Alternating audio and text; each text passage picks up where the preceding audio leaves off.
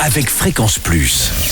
Surprenez votre famille et vos amis grâce au grand chef de Bourgogne-Franche-Comté. Cette semaine, je suis à la Marche-sur-Saône en Côte d'Or. Vous nous écoutez aussi sur l'appli Fréquence Plus et le site web fréquenceplus.radio. Toujours en compagnie du chef Jean-Pierre Jagla dans les cuisines du restaurant Le Saint-Antoine. Bonjour chef. Bonjour Charlie. Petite parenthèse, je crois que vous êtes mon doyen depuis le début de Chouchouter vos papilles. Ah oui. Donc on va pas dire votre âge, mais vous êtes le doyen. Alors aujourd'hui, pour une entrée, on part sur un tartare de saumon. Un tartare de saumon. Alors comment on choisit son saumon et quel saumon vous proposez? Alors je propose du saumon d'Écosse, Quel mieux? qui est pour moi beaucoup plus naturel et biologique que d'autres saumons, je ne citerai pas de nom. Il est plus sauvage. Oui. D'accord. Alors on le prépare. On le prépare, donc on va compter 150 grammes par personne. Hein. Le saumon est émincé, comme on va faire un steak, mais c'est fait à la main.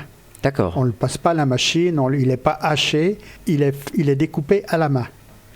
Et à l'intérieur, on met quasiment la même composition qu'on mettra dans un tartare à viande rouge. La seule différence, c'est on le fera un peu mariner 1 heure ou 2 avant avec du jus de citron. Il sera légèrement... Alors, il y en a certains qui mettent une petite goutte de pastis. Ah oui. D'autres mettent de la poudre d'anis. Mais enfin, D'accord. il faut qu'il Dans ait le coin, on peut mettre du goût. Pontarlier aussi. Oui, non, mais ça peut, c'est vrai. Il faut qu'il ait ce petit goût anisé. Ça lui donne quand même du charme. D'accord. Et puis ensuite, il n'y a rien d'extraordinaire. Mettez des capres, vous, ou pas? On met des capres, oui, qui sont écrasés et coupés très très fines. D'accord. Pareil pour un petit morceau d'ail qu'on écrase avec on enlève le germe et on l'écrase avec le dos du couteau. D'accord. On l'écrase, on ne le coupe pas.